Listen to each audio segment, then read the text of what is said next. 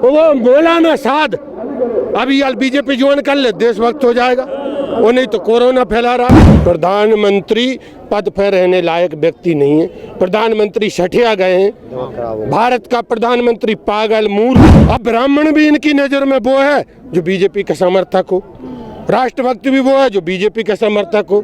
तो मेनका गांधी आ जाएंगे, हाथी मर गया, हाथी मर गया, कुत्ता मर गया, कुतिया मर गई। अब एक नहीं आ रही, वो कौन सी गांधी है? कि आप झोला उठा के जा रहे हो तो जल्दी जाओ, और नहीं तो हिमालय जा रहे हो तो वहां जाओ। 2024 में आप विदेश भगोगे और आपके समर्थक भी भगेंगे। अब लठ ले लेके खड़ी होगी जनता। हम नहीं कहेंगे कि बीजेपी सरकार है, जुमला सरकार है, टुकड़े टुकड़े सरकार है, ये खालिस्तानी सरकार है, ये चाइना की एजेंट सरकार है, ये हिंदू मुस्लिम कराने वाली सरकार है। इनको ऐसा किसान चाहिए जो भीख मांगे, अंग्रेजों की तरह पत्थर रख दे सर पे, 2 कोड़े मारे, तब ये समझेंगे किसान है।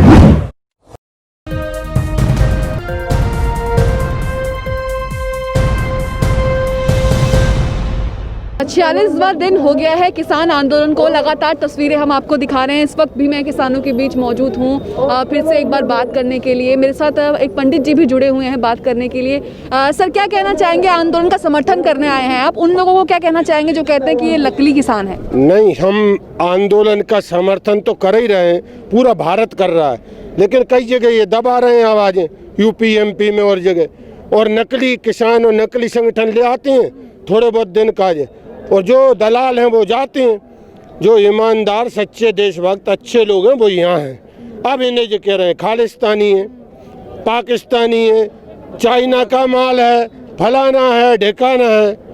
अब बताओ, मोदी जी सबसे बड़ा गद्दार आदमी है कि नहीं? जो इमरान खान अभी अंतर्राष्ट्रीय अदालत में जाकर और एक उठा है कि भारत कहता है कि पाकिस्तान टेरर देश घोषित है, यहाँ के प्रधानमंत्री, यहाँ की सरकार कह रही है कि भारत में टेररिस्ट है। तो सब इनके बयान देखो, इनकी विदेश नीति देखो, ये अपने देश के नागरिकों को कह रहे हैं कि ये नक्सली हैं, खालिस्तानी हैं, गद्दार हैं, चाइना के दलाल हैं। इसका मतलब भारत में करोड़ों आदमी टेररिस्ट हैं, और ये कहते हैं हमने बेनकाब कर दिया पाकिस्तान को। तुम बेनकाब, उधर ये चीन का समर्थन कर रहे हैं, कह रहे हैं गलवान घाटी में कोई नहीं घुसा। अब बताओ, इनके गले के घाटी में कौन सा बाल घुसा है, इन्हें पता ही नहीं पड़ रहा है। वो कह रहे गलवाल में कोई नहीं घुसा। और थोड़ी देर बाद राजनाथ सिंह जब नींद की गोली में से होश में आते हैं, वो कहते हैं नहीं साहब, फिंगर 4 तक जो हमारा प्राइड करने जाते थे अब नहीं जा पा रहे हैं। ये किसानों की लाशों पर राजनीति करने वाले हैं। ये जान रहे हैं कि 2-2, 5-5 लाख देके खुश कर लेंगे, चुनाव आएगा। अभी 6,000 दे रहे हैं, अडानी को पूरा भारत सौंप देंगे, 12,000 दे दे करेंगे चुनाव को। उन्हें चुनाव को डर भी नहीं है। ये तो सब फालतू बहाने हैं, वो इसलिए मंत्रमुग्ध हैं। वो जान रहे हैं कि चुनाव तो हम ईवीएम से जीत जाते हैं। देश में अघोषित आपातकाल चल रहा है। अरे हम इन्हें पटक पटक के मारेंगे, हम पे देशद्रोह करें, हमें फांसी चढ़ा दें, हम पे गोली मारें।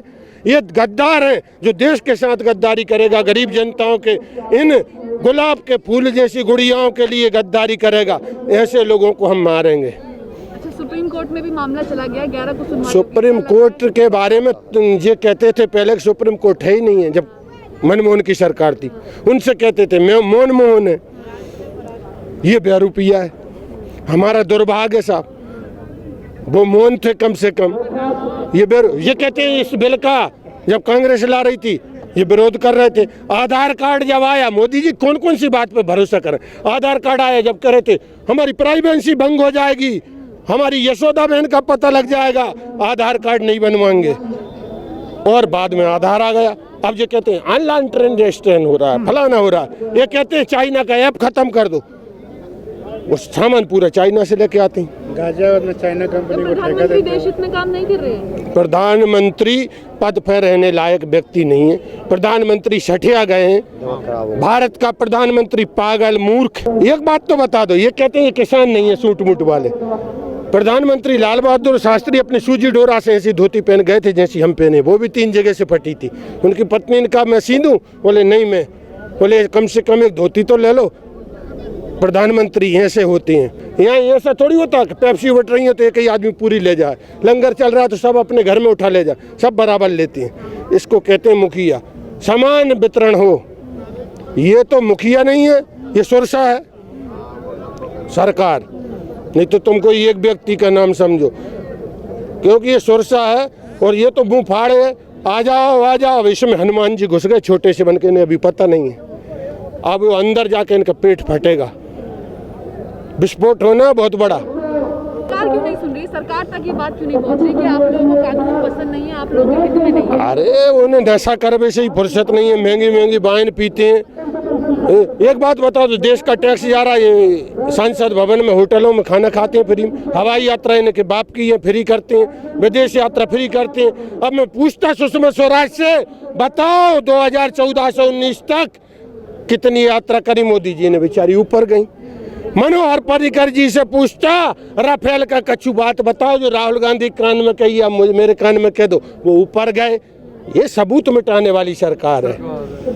कुछ तो है कारण, दाल में काला है, कानून इनका काला है, हर कुछ काला है। ये मोर को खिलाते हैं, अरे हम शेरों को खिला लेते हैं। वो नहीं माने तो पकड़ दो, लेकिन ये उसमें भी केस बना देंगे। फिर तो मेनका गांधी आ जाएंगे, हाथी मर गया, हाथी मर गया, कुत्ता मर गया, कुतिया मर गई। अब एक नहीं आ रही, वो कौन सी गांधी है?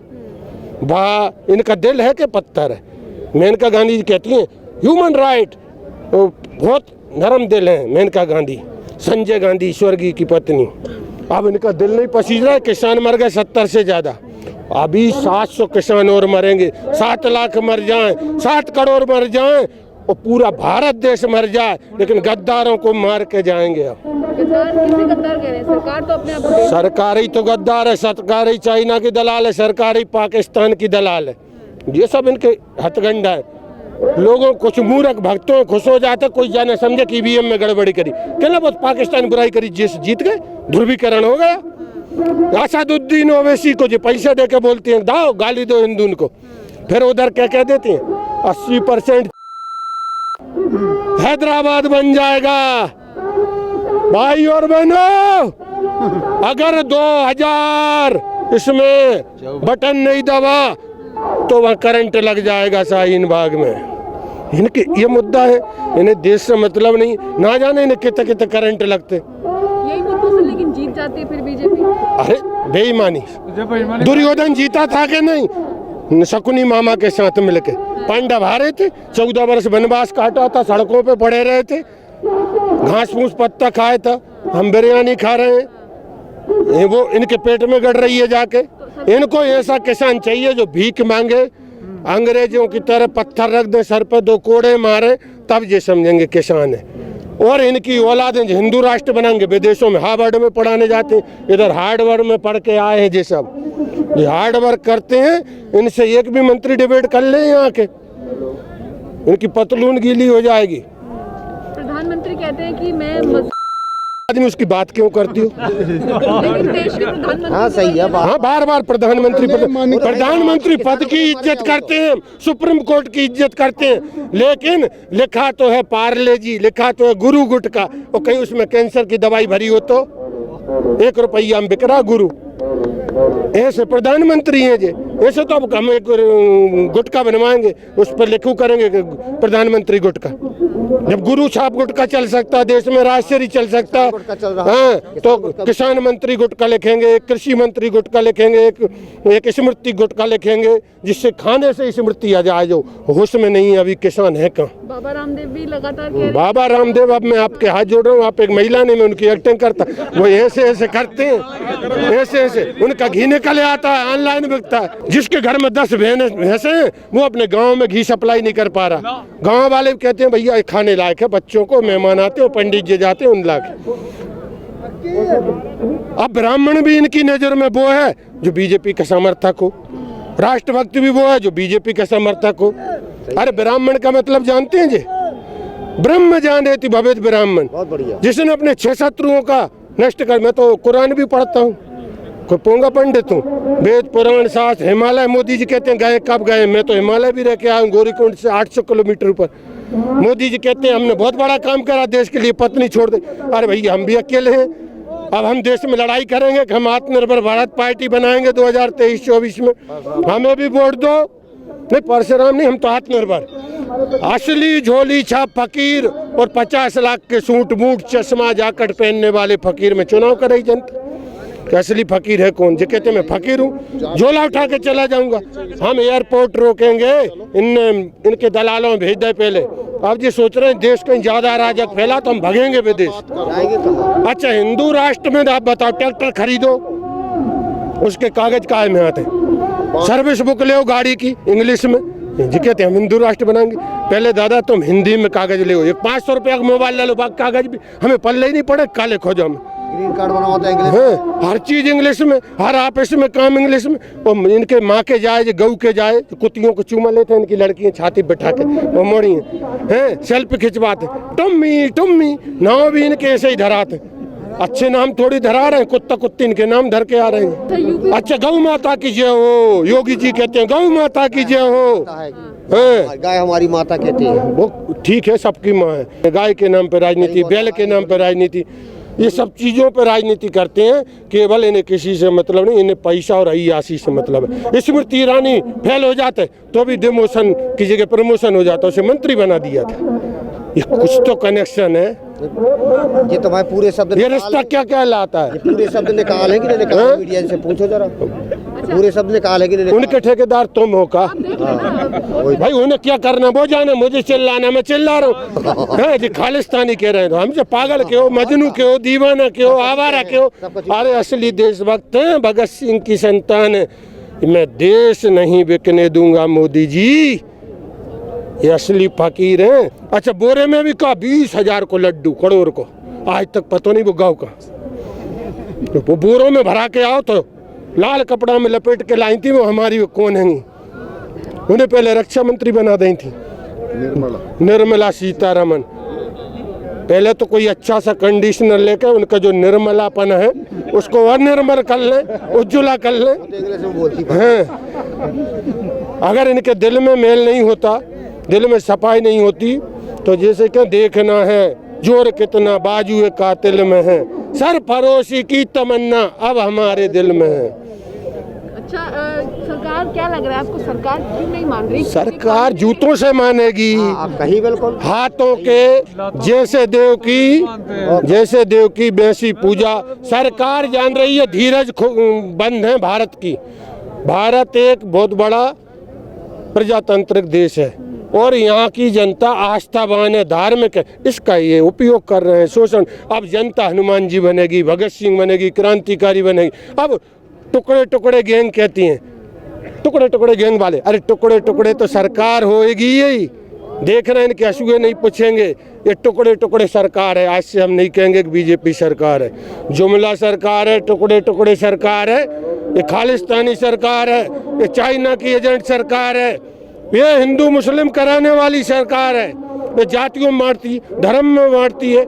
निर्भया पे भी इनने रोटी सेकी थी, और जिसे मोन मोन कहते हैं उनने सिंगापुर भेजाई थी हवाई जहाज में, जो तो लाश भी गायब कर देते हैं। वो कहते हैं ज्यादा यूथ कल वैसे आए उसका परिवार। अच्छा प्रधानमंत्री को क्या मैसेज देना चाहिए? प्रधानमंत्री जी को मैसेज ये कह रहे हैं कि आप झोला उठा के जा रहे हो तो जल्दी जाओ, और नहीं तो हिमालय जा रहे हो तो वहाँ जाओ। 2024 में आप विदेश भगोगे और आपके समर्थक भी भगेंगे। अब लठ ले लेके खड़ी होगी जनता। एक भी किसान को गोली लग गई ना अभी 26 जनवरी पे, देखना हमको संग, देखना पूरे भारत में आग लगेगी। जैसे ट्रंप समर्थक कर रहे हैं ना वहाँ तो खैरियत हो गई, यहाँ कुछ और होगा। क्योंकि जो मोदी के कुछ अंधभक्त हैं, गिने चुने दलाल, इन्हें दिन रात आई है। अच्छा एक पौवा लगा लिया, एक लाल तौलिया गरे में डाल लाई, जय श्री राम कर लाई। मैं हिंदू हूँ, मैं राष्ट्रभक्त हूँ, 2-4 हजार दलाली मिलत गई कहीं से। आप बता दो गुलाबी नोट गए कहाँ? एक भी नहीं दिखता बाजार में 2000 का नोट।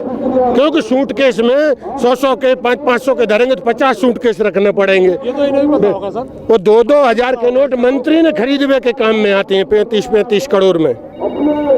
अच्छा एक और बात बताओ, वो मौलाना साद अभी यार बीजेपी ज्वाइन कर ले, देशभक्त हो जाएगा। वो नहीं तो कोरोना फैला रहा। अरे कोरोना भी इनका जाइए, स्वाइन फ्लू भी इनका जाइए। ये तो देश की जनता के धैर्य की परीक्षा ले रहे हैं। अब विलंब के ही कारण स्वामी कृपा करो और अंतर्यामी। अगर जे मन में कछु समझ रहे हो, थोड़ा बहुत नेटवर्क इनको मिलत हो जियो को तो समझ लें, नहीं आउट ऑफ कवरेज, क्योंकि जियो के मोबाइल उखाड़ गए, कौन ने उखाड़े? बीजेपी के दलालों ने। ये बदनाम करवे की पूरी स्कीम जानते। अभी इधर जाओ, आपके साथ कुछ कर देंगे, कह देंगे इनने करा। ये इनकी हरकतें, इनकी राजनीति का कोई स्तर नहीं है। ये चाल चरित्र चेहरा की पार्टी कहते थे अटल जी के जमाने। ना तो इनकी चाल रही सही, न चरित्र रहा सही। इनके मंत्री बलात्कार करते हैं, यूपी में डबल से टिकट मिल जाता है। और फिर आप कह रहे हैं योगी जी, शिवराज सिंह व्यापम घोटाले में सबे निपटा दे, गवाही मर गए। ईडी इनकी, आईडी इनकी, सीडीआई, सीआई, फलाने ढिकाने, और ये अच्छे ईमानदार लोगों पे इन्हें पसंद नहीं है। योगी जी कहते हैं राम राज्य है यूपी में। तो अरे राम राज कहीं नहीं है।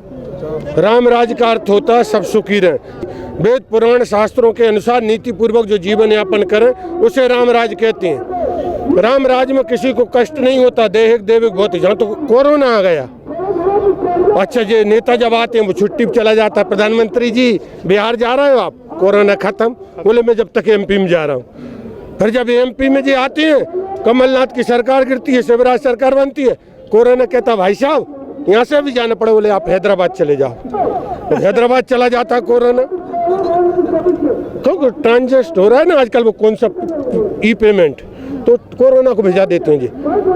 इसके बाद में ये चलता है साहब। अब दिल्ली में आ गया। दिल्ली में नहीं, अब जो किसान यहाँ आंदोलन कर रहा है शाइन में, तो कोरोना जाता है और वो तो खड़ा है दलाल बन के इनका। बता दो मोदी जी अब कहाँ जाना है? बोले अब हम गली गली पंच। आप बताओ मुख्यमंत्रियों मंत्रियों काम है? कोई पार्षद का चुनाव लड़े भांजे पहुंच जाती। आपने शपथ ली है ना, मैं भारत के संविधान की शपथ लेता हूँ, किसी भी धर्म जाति और मजहब और रंग रूप और लिंग के आधार पर भेद नहीं करूंगा। फिर ये भेद करने क्यों जाते हैं भाई? इसको वोट दो। ये अपनी कसमें ही नहीं निभा रहा है, हम नहीं मानेंगे इनकी।